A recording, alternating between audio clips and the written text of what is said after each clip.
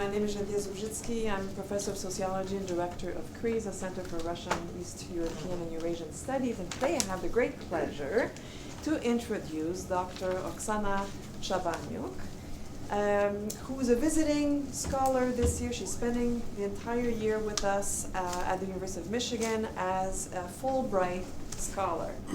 So we're extremely happy to have her here. And now I will say a few words about her trajectory.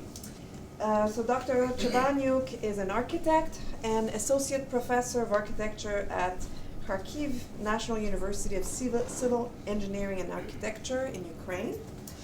Her research at CREES and at the Weiser Center for Europe and Eurasia this year focuses on the contribution of American specialists to the development of industry and cities in the 1920s and 30s Eastern Ukraine. So she's working in the archives here uncovering all sorts of things from Albert Kahn, for example, and she's been presenting her work on that new research at several conferences throughout the year organized by Taubman School of Architecture. She's had several opportunities also to present her work, do research, and was affiliated with universities in Ireland, England, Portugal, and Poland. She's fluent in Polish, so we were delighted to see this. She was teaching at the university in Lublin, and now she's in Ann Arbor until June. And we're delighted to have her today to give a lecture that's talking about the environmental effects of public housing in the Soviet Union. And this is part of the CREES and the WCEE special lecture series on the environment that we've been organizing throughout the year. So please join me in welcoming Oksana Chabanyuk. Thank you very much, Geneviève, for this honored introduction. I'm very impressed. First of all, allow me to mention Institute of International Education that finances my scholarship in Fulbright, and I'm very pleased to receive the place here in CREES, which is hosting me in U of M during this academic year. I would like to start my lecture with the image of the painting Berlin Marzahn by Ralph Fleck, which is is a German artist, professor for painting in the Academy of Fine Arts in Nuremberg. This painting is one of his series about Marzahn, the living area of prefabricated mass housing in Eastern Berlin built in 1970-1980 with a population of about 170,000 inhabitants.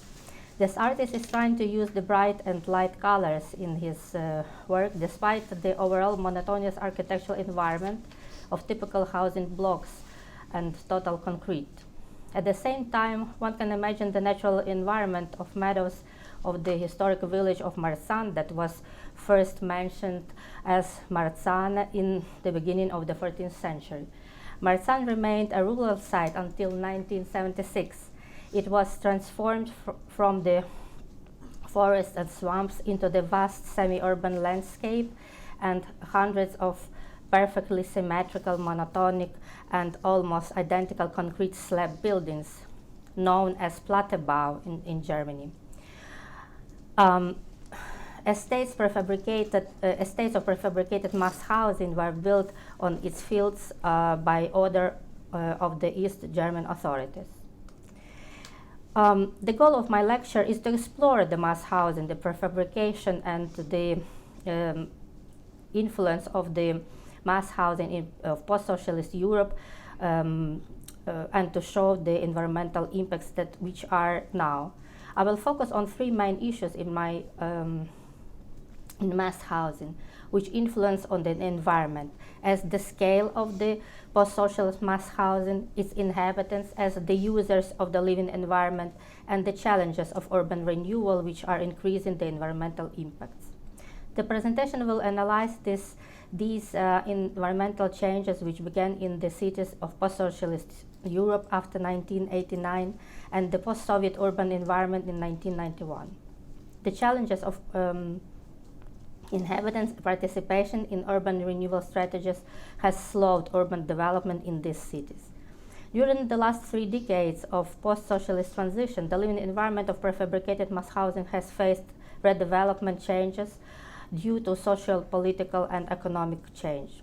This question requires efficient and sustainable responses in order to consider the environmental impacts of future of urban change. But first of all, I will discuss the key definitions of the problem, which are the definition of environmental impact. Environmental impact in urban planning, as it has a very big influence to the environment, and the definition of mass housing, because there are many definitions which are used about the same type and typology of the constructions by different authors. Environmental impact is the effect that the activities of people and businesses have on the environment. Environmental impact is one of the issues addressed by decision makers as they search to balance the often competing demands of development and environmental protection. Environmental impact is defined as any change to the environment, wholly or partially resulting from one's activities, production, or services.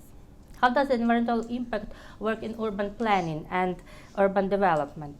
Urban expansion is increasingly influence the loss of living spaces and living environment as habitat. The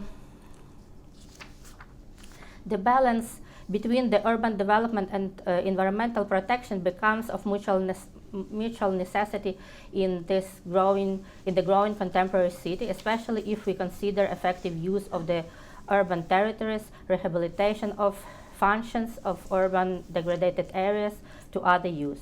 At the same time, the growth of population in urban areas constantly increases. The World Health Organization forecasted an increase of the world's population living in cities today from 50% to 70% by 2050. The boost of the consumption levels in these high-density urban areas leads to increased environmental impact. It is estimated by the United Nations Environmental Programme that urban areas result for 60 to 80% of global greenhouse gas emission, and their average use of natural resources is 75%. If we look at Europe and North America, the urban population is 73 and 83 of people respectively living in cities. Reducing the environmental impact of urban consumption is therefore critical, yet decision makers lack the necessary tools to make targeted decisions at the urban level.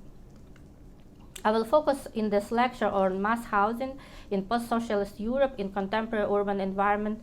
At the post-socialist era left us the huge quantities of urban areas in the cities with prefabricated housing, which now demands so-called rare processes as rehabilitation, regeneration, or renewal, with the aim to achieve higher living conditions and lower the use of natural resources. The definition of mass housing says that it is the prefabricated housing blocks of flats from 5 to 16 floors, which are built mostly according to the typical standardized projects. And I will explain later in the background of the development of prefabrication in civil construction about the standardized projects which were used. The construction of prefabricated housing is fast because it uses standardized structural elements for building, which are produced in big quantities at plants or were produced in big quantities in plants of concrete building details. This type of housing was widely used and spread in Eastern Bloc countries under the hegemony of the Soviet Union during 1947-1991. According to Norciedo, the number of flats built between the 60s and 90s in those countries in large housing estates in the in those countries, as we may compare in the table, and I will just point out some of those. For instance, among the biggest amounts of the biggest percentage of prefabricated housing was built in Czech Republic, around 66%, and also Poland, as among the countries with the highest quantity of dwellers, 61% in prefabricated housing estates during the 60s and 90s. Here I also use the term of large housing estates, and I will also pay my attention in the background of the development of prefabrication, what is meant by large housing estate. Before starting to talk about the scale of post-socialist mass housing, I would draw your attention to the historical background of prefabricated housing in the USSR and explain about what is standardization and centralized planning system which was used in the city's development of the construction, because those two factors, which they actually were the main influence of the quantities and about the scale of the living areas of prefabricated housing.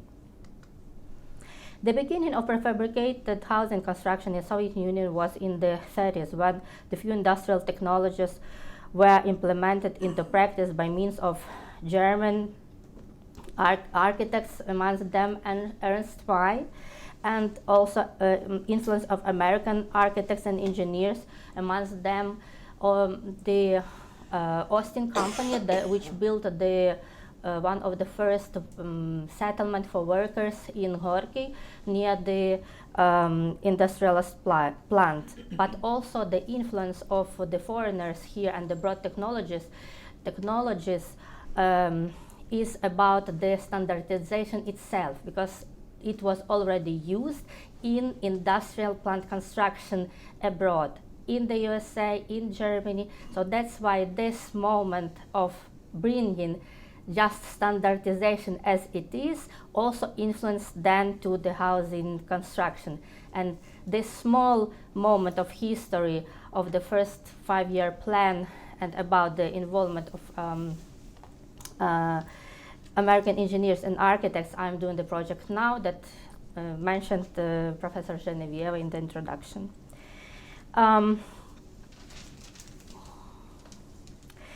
The process of prefabrication increased to mass amounts only after 1954.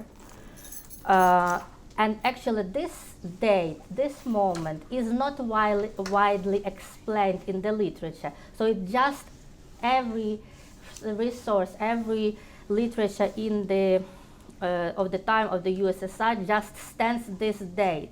It doesn't explain the influence, it doesn't explain the debates. Well, actually, there are not so many debates. It doesn't explain the background of the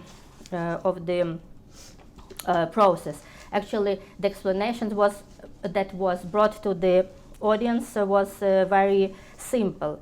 Khrushchev declined at the All-Union Conference of Builders, Architects and Workers in the building material industry, in construction machinery and road machinery industries, in design and research organization in December 7, 1954, that the effectiveness of construction industry could be fulfilled only by means of standardization.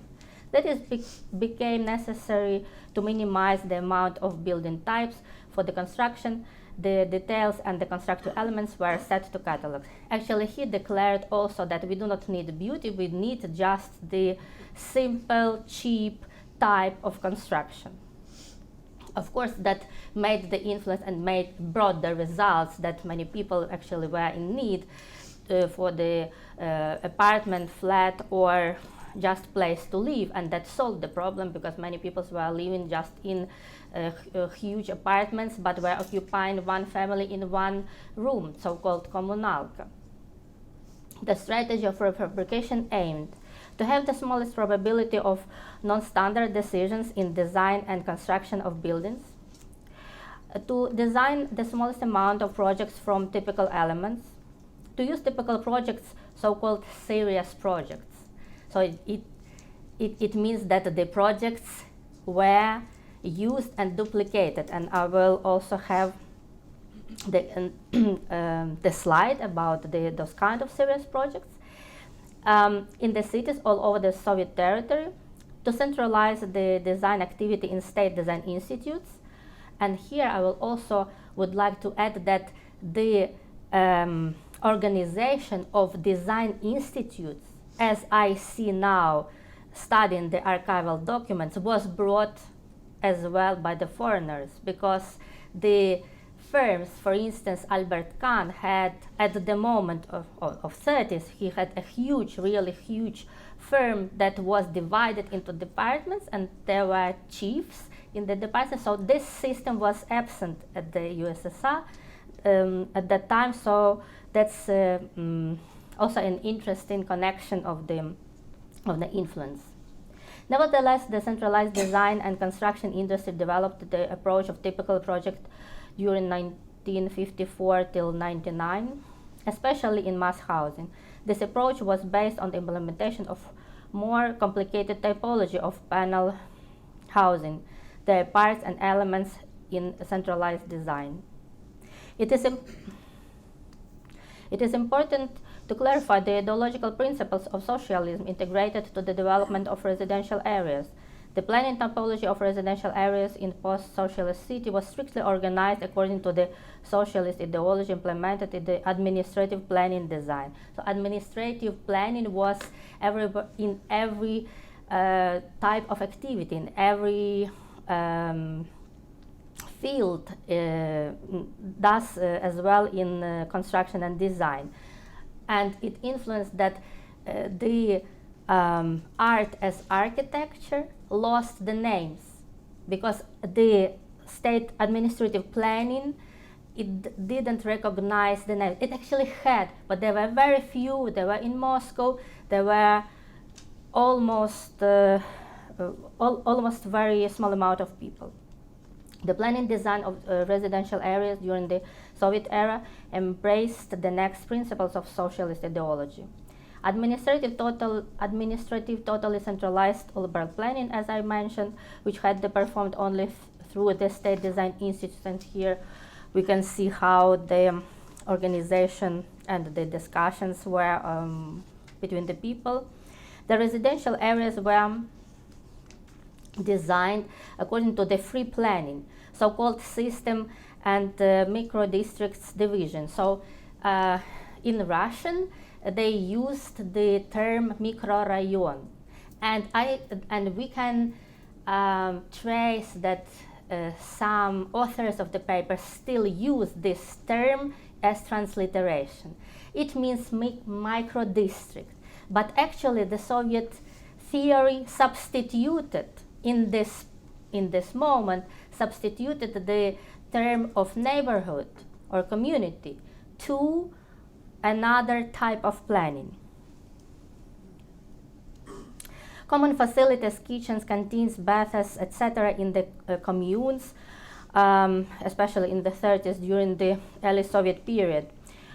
Also, housing policies declared the minimum of living space for each family member in the small apartment. And the main, no private housing for the citizens. The state was the only owner, which led to the citizens' dependence from their place of work. These socialist principles crucially influenced on the quality of the living estates of prefabricated housing from 1954, time of the beginning of prefabrication, prefabricated construction in the USSR, till 1991, which was the time of its collapse. The quality of this living environment was low enough from the moment of construction of the housing. And it is interesting to find in some books which were published just for the specialists in the state design institutes that state that the quality during the construction was already low. So what can we predict then after this amount of years which passed? The mass housing typology in the USSR received its development from 5-storied buildings in the 1954. In just ordinary speaking life, they are called Khrushchevka, as Khrushchev announced. Yes, two 16-storied building towers. In 1955-69, development of the first new housing estates with special planning of the living area with micro-district as microrayon approach, and construction of 5-story slab housing, and in some places of 9. Design of typical, according to the design of typical project areas for housing prefabrication. Well, here I will draw your attention also to the amounts of the quantity square meters of the height of the spaces, as the height of the living space was very low, as 2.5 meters, and it developed to 2.7 meters in until the late 1980s. And actually here is one of the examples of the typical project. This is the number of the series. So every typical project had certain number. This is the series. So this is the most spread series of Khrushchevka, for instance, that was used in 1954.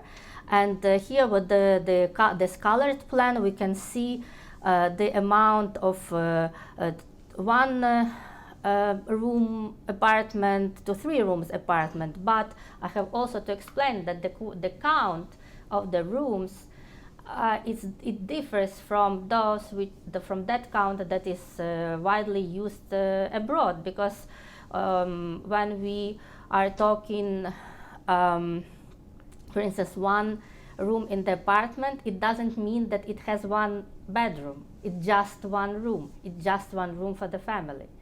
And 3 rooms, it doesn't mean that this is 3 bedrooms. Mostly it's living room as the family decides to do it, and 2 more bedrooms, but the living room changes to the bedroom when every day. Living area per person, 9 square meters at that time. Of course, this norm had developed, and the norms which were a state document for construction and for design, for architectural design, were adopted. They were changing, but it's not a big change during 1991. The scale of residential areas of the socialist city was planned according to the state norms, as I mentioned. The planning unit for the urban development of residential area was the micro-district, so this microrayon. So this is the planning unit. This is the planning unit, and this is the scheme that was used by the planners for the organization of the planning unit. But I intentionally showed the years because the scale of this planning unit of microrayon, it changed later in 1780s. So and those schemes, they aim to state kind of the principle for the planning, that it means that in the group of buildings you have facilities, as this is the school, this is the kindergarten. So and those are the shops. So it's kind of the facility for the certain amount of area that is covered with the radius. So, and they were trying to strictly follow this scheme.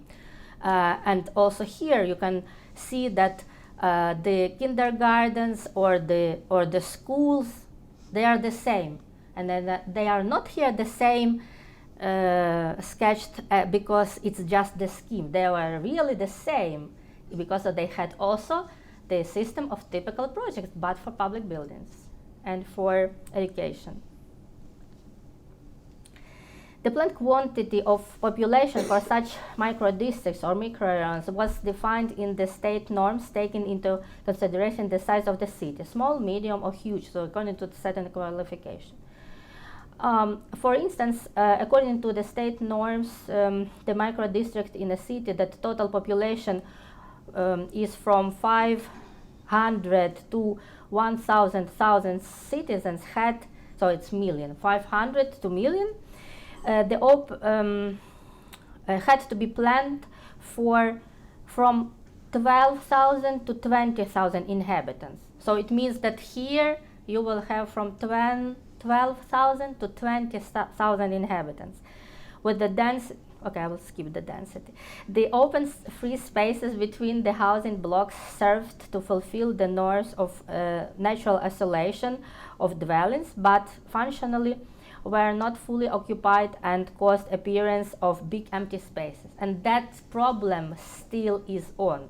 There's actually huge empty spaces in between the houses.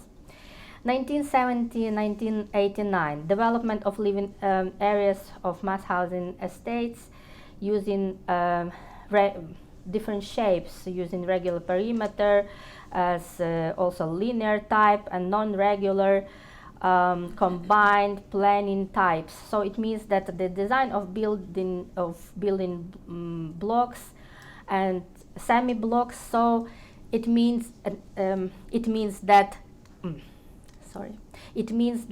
the just the geometry changed from the parallel and the linear type of planning, because the series types of typical projects were developed in other more complicated structures, and they could use and duplicate and form different shapes. The predominant typology for housing in the socialist cities during 1985 till late 80s was prefabricated multi-family housing block, and the quantity of constructed dwellings according to the typical projects in the USSR had been rising from year to year. From, for instance, from the beginning of the use, that's the almost 76% until the late 80s with the quantity of 88%. And even if we look, for instance, in today cities, that is approximately 64% of typical housing among all the dwellings, for instance, in the capital of Ukraine. So, and we may also see similar and even higher percentage in other cities. These are the examples of the typical project of series. So again, the numbers, because every typical project has its number, and here this is the whole building, but actually it consists of parts, yes, and this is kind of the part of the inner section, and then it could be duplicated and added as much as according to the plan was needed, but at the same time this kind of series could have the last section, so it may be different from the inner one.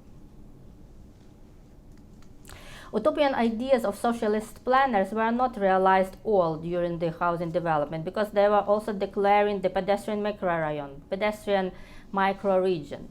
And actually it is not pedestrian, because you have many parking lots, and now they are more and more receiving chaotic places in the yards. Renting of equipment for life.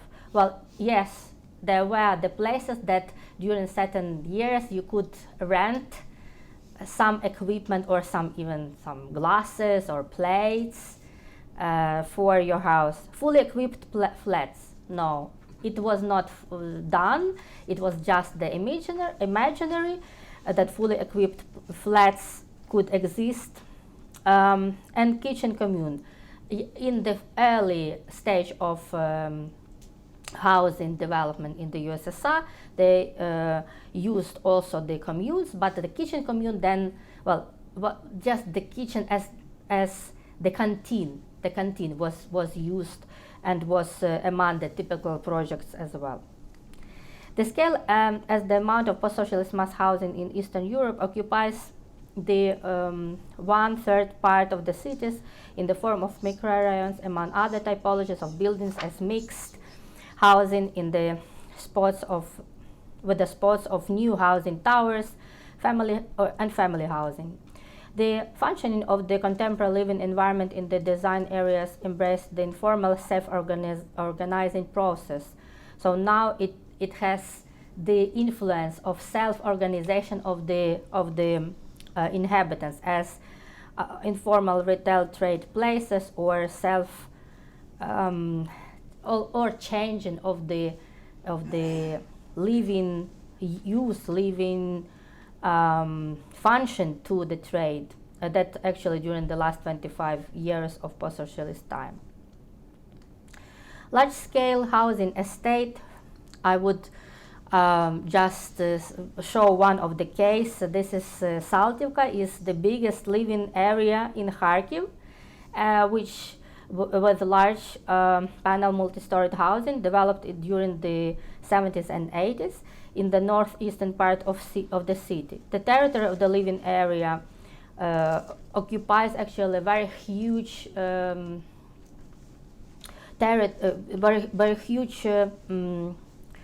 amount of hectares, 700 hectares, and it was designed it was designed for the quantity of population 250,000 residents, but that was this amount was for the project, but in 2010 it is already 385,000 people. So it means that until the late 80s the construction was. Now the empty spots were also occupied by new construction and added the quantity of the people. Being the largest socialist housing estate in Ukraine, it comprises 22 micro districts, so-called micro rayons. So, and each of it received also its number. And the inhabitants, they are still using it. For instance, 524 or 512. I live in 512 micro district, you know. The typology of prefabricated buildings in Saldivka is based in large panel, 5, 9, and 12, and 16 storied living blocks with linear, semi-linear, and tower structure. And they also use so-called 257 number series. So it's the very widespread type of the prefabricated house. Among the biggest cities of Ukraine is Kharkiv, where this biggest residential area, Saltivka, is situated, and Kharkiv is also has the population of 1.5 million, according to the data of 2016. The city received the prefabrication housing estates from 15 to late 80s, and the scale of large post-socialist residential areas differed according to the scale of the city during the USSR era. So this is the whole city in its margins, and from year to year it occupied the territories, and this is only 700 hectares of that the biggest residential area. But of course there may be put the question that it's not the half of the, or more than half of the city, the area of the residential micro districts and areas, but Kharkiv is famous for its developed industry, and of course here most of the territories are occupied by such plants as plant for production of turbines or tanks or tractors and so on. So 52% of prefabricated housing, as I'm moving to the countries of the socialist bloc. In Hungary, changes the city as well in all other countries of the former socialist bloc. The approach of prefabrication changes of prefabrication actually changes the identity of the cities for the next decades, and the post-socialist transition still faces the challenges of its development and environmental impacts. For instance, contemporary Poland received more than 7% of prefabricated housing blocks, which include 50% of panel housing built between 1946 till 1992, and 21% of population lives in post-socialist large housing estates in Poland. Now, it is half of the urban population, and approximately half of the urban population and approximately 56% of the households which are prefabricated housing estates, and the quantity of people is 8 million people in the country. The large housing estates of prefabricated dwellings are described as the typology of housing with negative phenomena leading to the social and physical degradation of these areas, a monotonous, often not safe environment, or need technical review. The scale of post-socialist housing receives its one more proof here in Gdańsk, the longest prefabricated house in Europe. So it is around 850 meters. The residential of Falowitz, Gdańsk, with the 11 floors, and this is 11 floors and 6,000 residents. But at the same time, people which are living here, not all saying that they are not satisfied. Of course, those people which are living there for the long time and still do not have the possibility to change the place, they use the same apartment. East Germany, as I was starting my presentation with the painting of territory Marzahn, is the largest area of the panel building district in Germany. Today it hosts nearly 230,000 residents. It is located 15 kilometers away from the center of Berlin. The sustainable reconstruction of these neighborhoods in the recent years was realized by several management companies.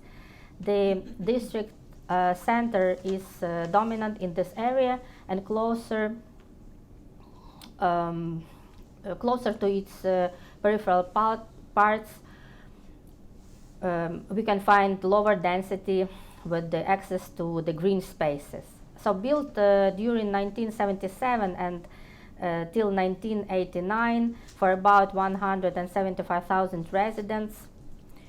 And thanks to the successful renovation concepts and systematic approaches to the reconstruction of the living environment, the quality of life in the neighborhood has improved significantly. Here I want also to tell a few words about the process, how in the post-Soviet territory and what have happened in the post-Soviet territory after the USSR collapse and what have happened in the Eastern Bloc, that this is the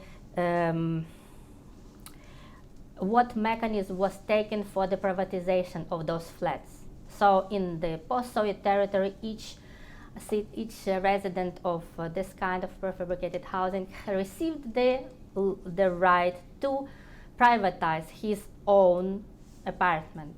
But for instance, in East Germany, it didn't look like this.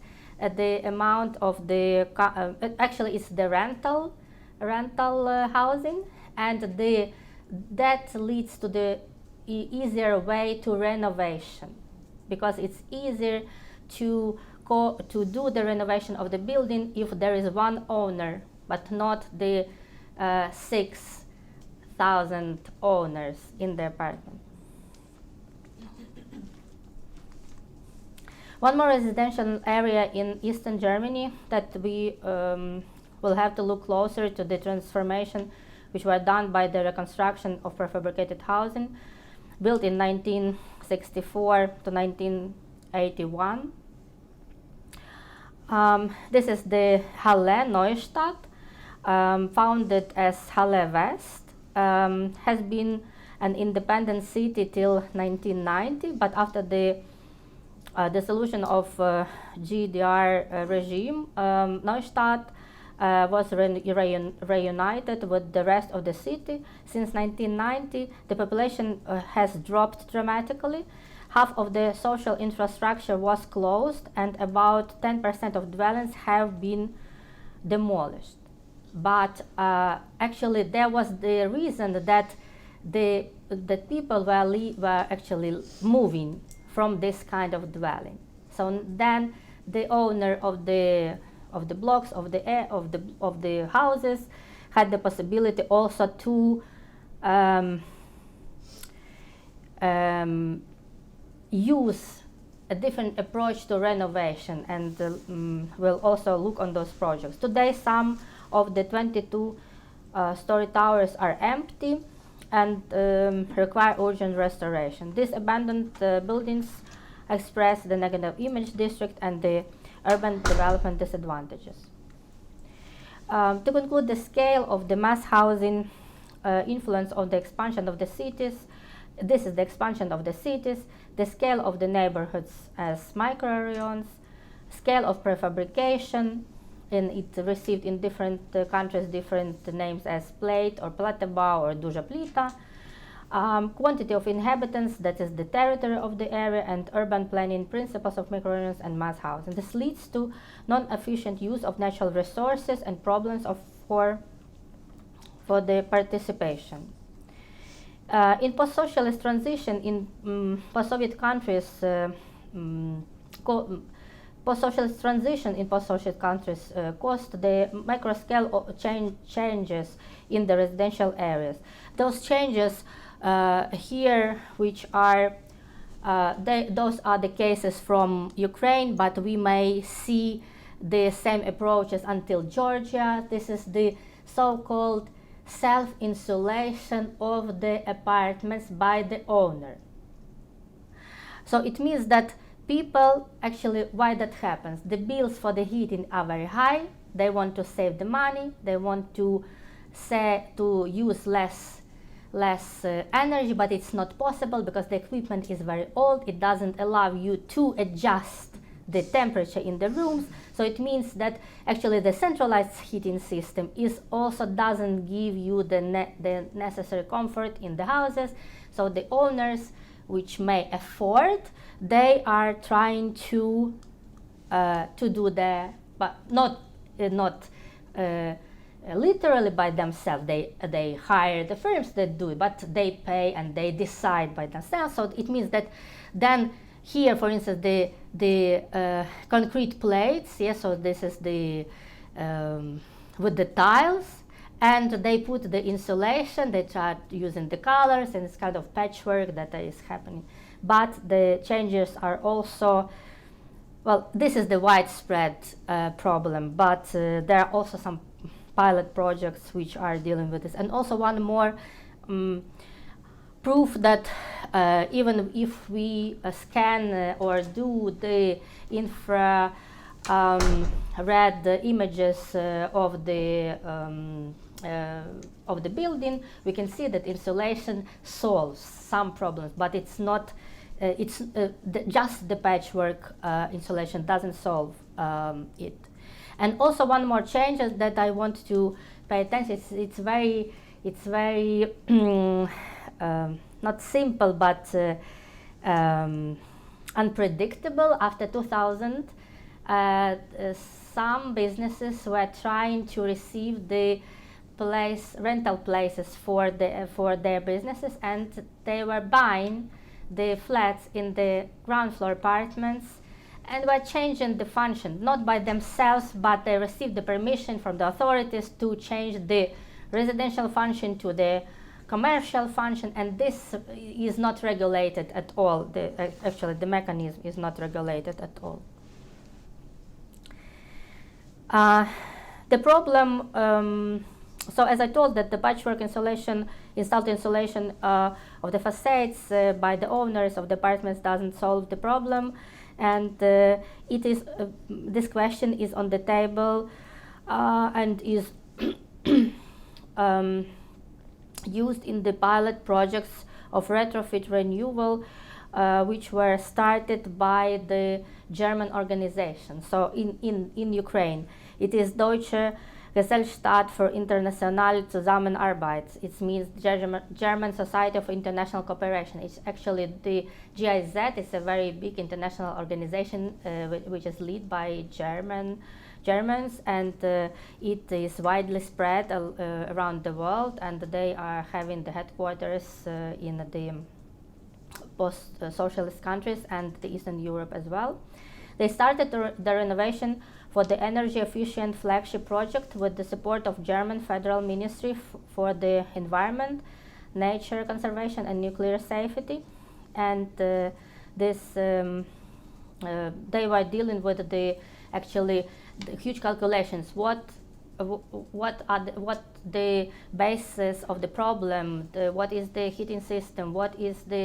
What amount of bills does the inhabitants receive? How to improve? And the state doesn't have money, so they were trying to also to help the state departments to develop the laws or develop the certain procedure or mechanism how to involve the inhabitant, how to involve the subcontractor.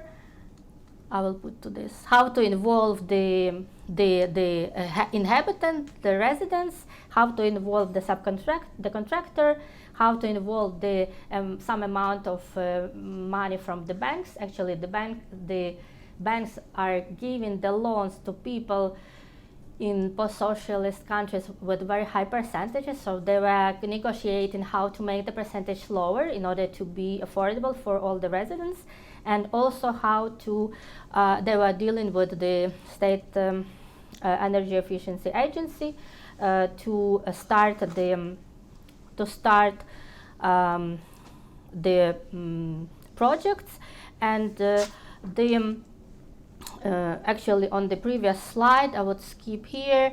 So this is one of the biggest residential area in Lviv.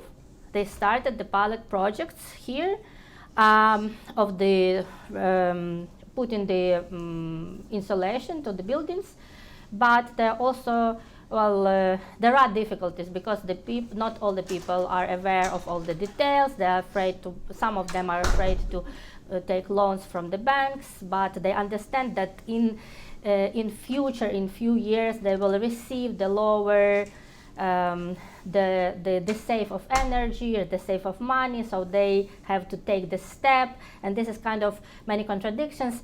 When I was speaking with the inhabitants of one of those buildings, the woman said, well, I do not know all the details, but I hope that will be better, that will be better in future. Of course, it's just to take the aesthetics of the buildings, it also helps, but the main topic is about the energy savings. The question of participation of the inhabitants is also, as I already told in the beginning of my presentation, that it's one of the main part of the work, of the changes, of the improvement, of the renewal, because people are living there, and sometimes in order to understand what is going on or how to deal with the problem, they have to be informed, and not always they want to even to listen to this information, because they have a very simple problems as what is the salary, how to pay the bills, and so on.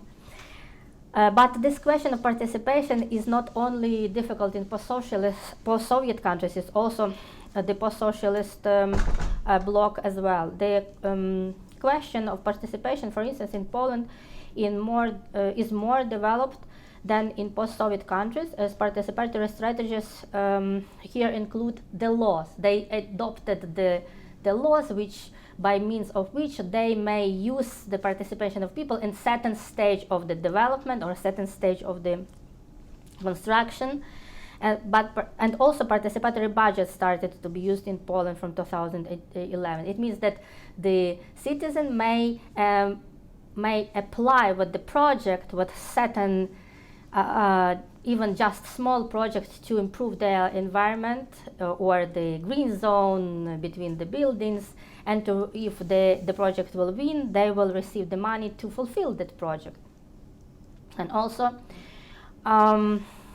the correlated and integrated actions of those participants and actors of the development should take the consideration of needs of the residents. And actually the needs, that's the main problem, that the government doesn't always hear the needs, because they have more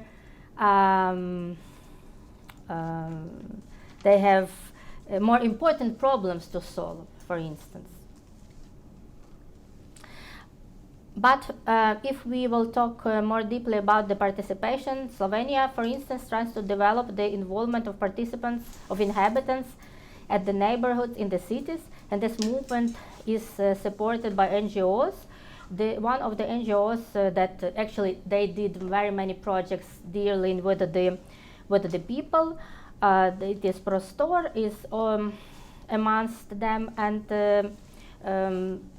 here are two projects. One is in Ljubljana. It's more recent, of 2019. So they were actually asking people what do they need that they may apply with the, like in participatory budget, they may apply with the project with the budget 500 euro and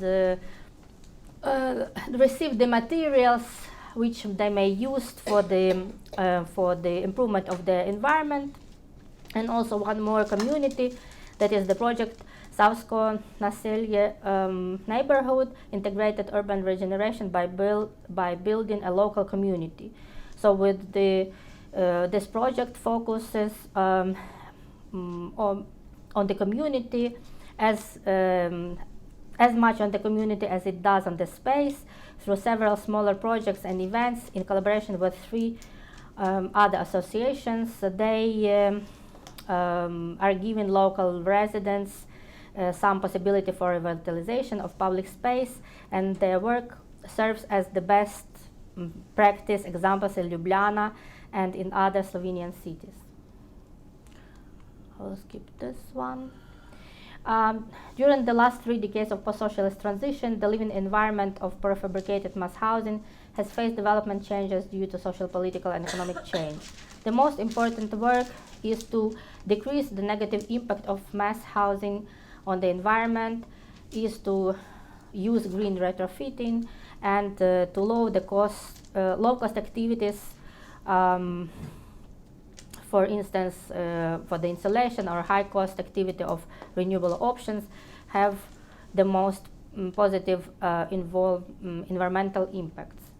Now I want to show 2 more projects which are very progressive. They are made in East Germany, though this building is not progressive, of course, but the project that was made to this territory, this is Halle Neustadt, that I was talking before, and they had their reconstruction of the buildings. So I will just tell the main figures.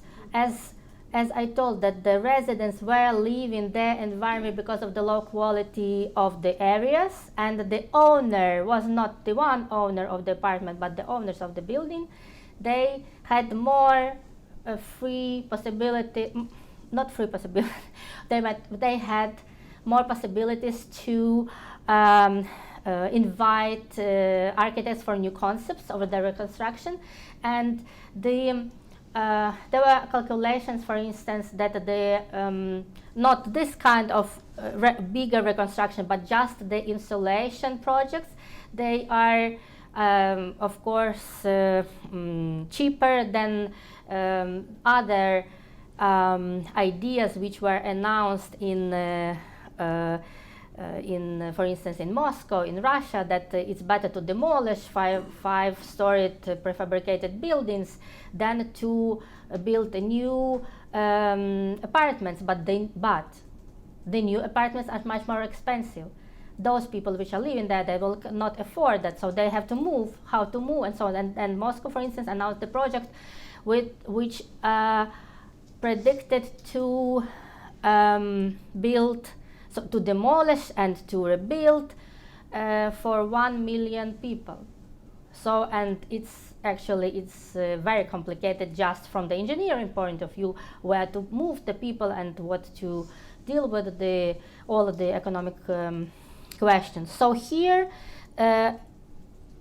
this is the unique project, and the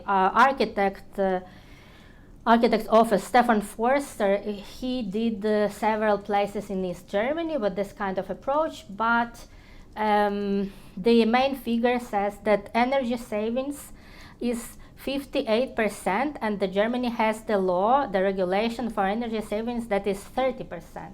So they are kind of overestimated this amount, and this of course plays the big contribution to the environmental questions. And here in the project they used the gardens. They just gave the possibility for the residents of the of the ground floors to have their own gardens. That was actually absolutely impossible in the previous structures, previous typology of housing.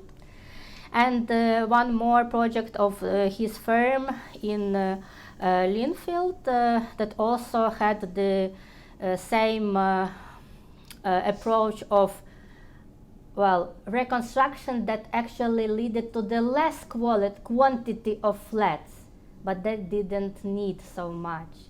It's better to have, in this case, less amount of apartments, but have them more efficient, more energy savings, and so on. And I would like to finish with one of the finish my lecture with the project of the former students from my home university, which decided by their own to start to work with the inhabitants of the biggest prefabricated residential area, Saltivka, as I showed you before. And this project that was called the Future, Microrayon Future, it was actually organized as the festival about the public space. And in the courtyard of one of the residential districts with the number 524, in Kharkiv, there are 2 rows of benches facing the concrete scene, one and one of a half meters high. And during the Soviet time, it was used as outdoor cinema. Today, it has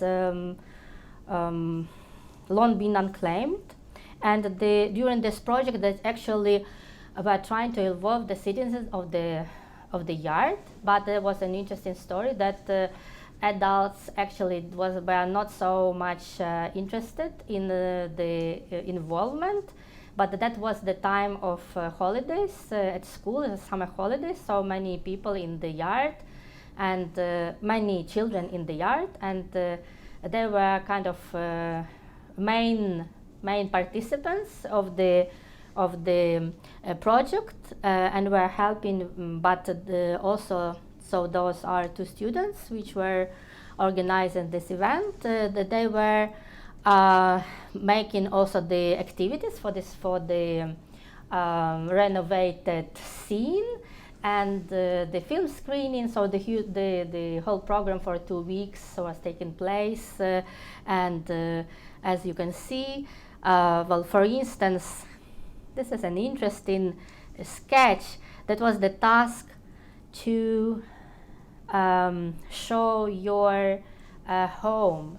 And the girl draw her home, but she draw, I'm living here. and this is the house of her dream. So I'm living here. She doesn't identify her none with the environment, none with the community, nor with the housing block, just with the spot of the place of the apartment.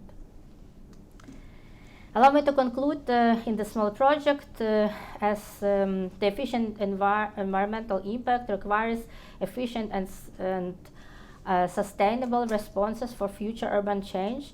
It has to reach residents of post-socialist cities to understand the environmental changes, and these responses must deal with the development of the strategies for the efficient energy use, for the protection of natural resources, green spaces versus empty spaces in the neighborhoods, as well as sustainable mobility, reducing water consumption and waste recycles. That is not in my presentation, but it's also the main questions in this theme.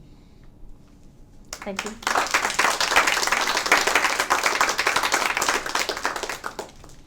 We have 20 minutes for discussion, so please raise your hand. Oksana, you'll just call yourself, or do you want me to do it?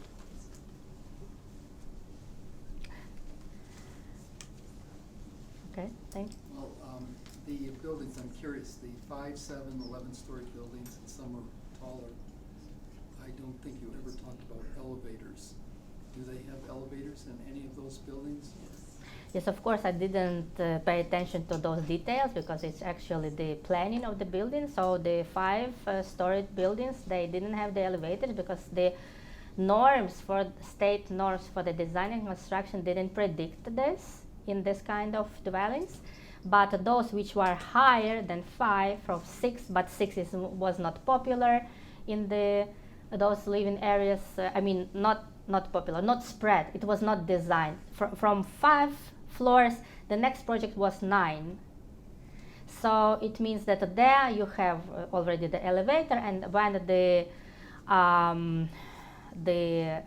quantity of floors rises, that it may influence the quantity of elevators. You can have 2 elevators along one staircase, or at least one, but not all of them actually were working. So, yes? Along these lines, I thank you for the talk. It was very interesting. I wondered if you'd say more about, it seems like there's like a huge difference actually between 5 and above, partially because with 5 people have the space to walk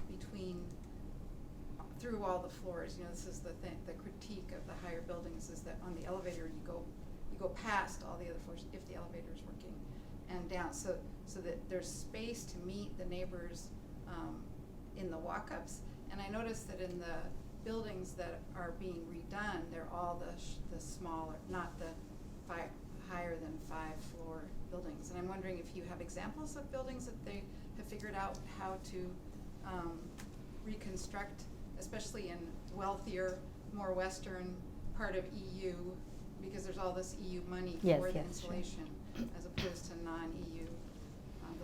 So both the difference between the 5-story and the 11-story and the EU versus non-EU.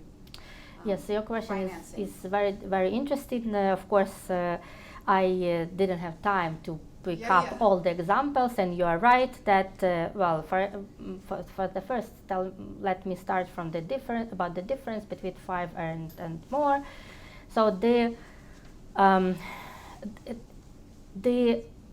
were not certain space for meeting on certain floor. It was just the space that had the elevator and the access to the stairs. But the typical projects were different. They may have different quantity of flats on one level in one vertical line. That might be different. For instance, in 5-story buildings, there were 4 apartments, and they had very small place, it's not the meeting, but the place of communication, vertical communication. Why very small? Because there was not elevator, so less than door of the elevator, yes, also only the access to the staircase. But the higher buildings, they could have more flats, especially those typical projects from the late 80s, which are so-called developed projects, because they had also the bigger quantity of living space per person. So they had on the floor to both sides. If it is the corner of the building, it could have 2 flats with 4 rooms. In that time, it was a huge apartment, and in the middle also 2. So there were 4, but they had more space in the access to the elevator and staircase, because in perimeter they occupied bigger area. So that's why it was bigger. About the projects from East Germany, of course there are other examples which deal with the concrete housing with higher amounts of floors. One of them is in Paris. It is fully reconstruction and restorated. I didn't show you because it's outside of the Eastern Bloc, but they have used the 2 principles to. It's actually the tower. The tower. They used 2 principles for the renewal, as they added the amount of space around the building that increased the area of the apartments. So they received kind of 1 more room, and they also used modern technologies and new materials for the facades as well, of course, with the sustainable approach. So now it's impossible just to recognize, if you do not know the history of that building, that we may find the same approaches, but it's not in the Eastern European or in post-socialist, post-Soviet, post-socialist countries, because there, as I mentioned, the scale of the residential areas was very huge. So that's of course needs more investments, and that's the problem. Please. So I just want to add on to Christy's question in terms of the EU, since a lot of your discussion was about sort of Soviet Eastern Europe divide, or the places where the privatization, whether it was one owner or multiple owners. But I'm wondering not only about EU funding, so the EU, non-EU divide, but how EU legislation might impact these renovations. So when I look at, about water consumption, waste recycling, I would imagine that there's a whole set of requirements imposed in those countries that are now in the EU that is not the case in the Baltics. Or now, of course, as you have the part of the answer in your question, the legislation is different. So of course the countries which are in the EU, they have another possibilities and another access to the approaches, concepts for the renovation, and of course they can work with the problems. What is with the post-Soviet? It's not in the EU, but we have, as I mentioned, the example GIZ. It's working actually for a very long time, but only now they are working not only with the housing estates. They only now started to work with the housing estates. They are funding part of the projects. That's not all the money of the EU. Ukraine will not, for instance, receive the fully funded projects from the EU. It's all the projects include not less than 30% of the state funding. So it means that the certain organization or public building or the state agency applies for the cooperation, that they will receive the fully funding, they have also to contribute, and they have also to contribute with the development of the laws. So that means that the GIZ is helping in this instance to start the regulation. But there are, of course, very, very many questions. And they are, as I mentioned, that they are not only dealing with the residential housing now, they are more concerned about public facilities as hospitals. They are doing energy-saving projects with hospitals, with schools. They are helping with some small projects for the improvement of the space in some area of the school, but it's not the whole school, but they're also doing the insulation projects for the schools. So that's the actually the participation.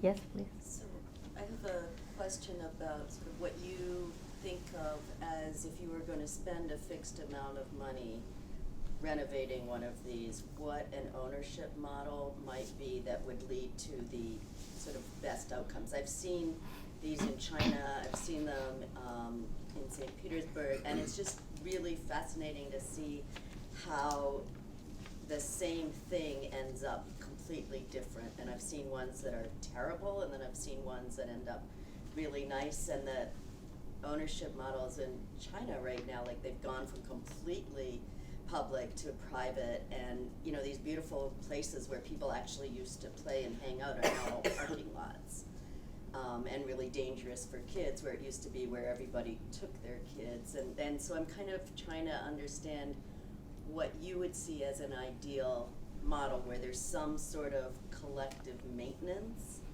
and then individual, that because all the ones in China, they're like so much nicer on the inside than they ever used to be, but the public spaces are a disaster. Mm-hmm. So I would divide my answer into two parts. First, that those projects in it's not pilot project, yes, for instance in Ukraine with the GIZ. They are not dealing with the one owner, they are dealing with the association of the residents of that building. So they set the rule. We will start to communicate, we will start to cooperate in case you will officially organize the association of the residents, and then it will be put to the mechanism with the bank, with the state, because state also gives small amount of contribution. But my second part of my answer would be about, as you mentioned, for instance, the safety, yes, for children, for instance. So now I was not talking about the new residential construction that is now, but in those new cases, and also in small amount of old, they are starting to appear, and not only in Ukraine but also in Poland, as so-called gated communities. So gated. How to understand that? It's you have to understand just formally. They have the fence and they are locked. So this is the safer space. And this scheme is now used also in some new housing construction.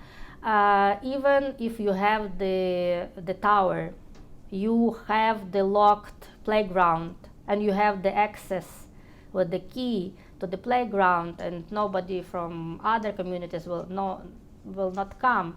But it's also the question how to use the space, you know, how to give how to deal with the accessibility to the space. So there are many questions, have that to be, have that not to be, or but there are examples of gated communities also. Yes. I have a stupid question. How durable are these buildings? If you leave them alone, how long before they just start to fall down, become uninhabitable? And if you try to demolish them or change them, how hard is it? Well, it's not a stupid question. It's the question of the engineers, and it was predicted. It was calculated the amount of the years from the moment where those buildings were constructed until when they will serve. And the latest typical project, latest series were for 70 years, latest. No, I'm not talking about those first typical projects from 1954, but about the demolition. It means that, well, actually, even the budget for the demolition is very expensive. It's, as I mentioned, Poland calculated that we will not demolish, we will put the money for the renewal projects, for instance, for the installation or for changing of the heating system and so on and so forth. But that will be cheaper than to demolish and to build a new one. And also, well, the question with where to put the people from those buildings. It depends, of course, what levels of the projects or what tasks of the projects you have. But if you just put in the installation, you have not to relocate the residents. It means only for the more complicated tasks from the engineer point of view. So my question was going back to the safety. In these huge buildings, laterally, how far did people have the ability to move? Like, was it internally separated per tower, basically, like these individual building units? Or could they go for 850 meters all across? No. As I intentionally put the whole project and parts of it, so it means that the building was divided into so-called sections, and they were used to combine the lengths of the building. And of course, you cannot go along. It's only when you have the so-called a linear type of planning, for instance, that was used in dormitories or in students' residential halls and so on. So there, of course, you have a long corridor, and there are certain also norms which are used how to do this long corridor, that you will not have the light during the whole distance. You have to put the light pockets, so-called. Yes, so it's the accessibility is only vertical and only about those amount of flats which are on one level. But there are some series, some small amount of series which have more than 4 flats even in the latest typical projects. For instance, they may have 3 in one part and 5 in the second part, and it's one section. So it means that those 5, they will have a pretty long corridor to for the communication, but at the same time, the planning in those typical projects of the apartments inside was comfortable enough for that period of time, of course. The social life living before '89 and after, how were the people organized? First, how were they? They were obviously before '89. They were owned by the state. So how were they managed? How were they maintaining them and that? Did they have tenant associations before '89? Do the people have any say in the social and maintenance of them? And then afterwards, I was curious about that. And then I'm also curious about, did the people organize? You didn't talk about if they organized themselves into different clubs or education groups for adults or something, or for childcare. You didn't mention anything about how they spent their time, both inside and outside, before '89 and after. Okay, so your question deals with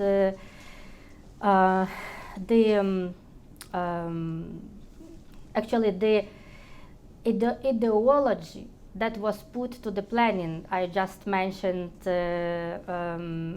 with one phrase, but first that the residents were organized in the system of the system of the organization that had the branches for the maintenance. So it means that each of the residents, each building belonged to certain branch. And if you, for instance, have certain problems as leak from the roof, you were not making the repair by yourself, you were making the application to that branch that had to deal with that.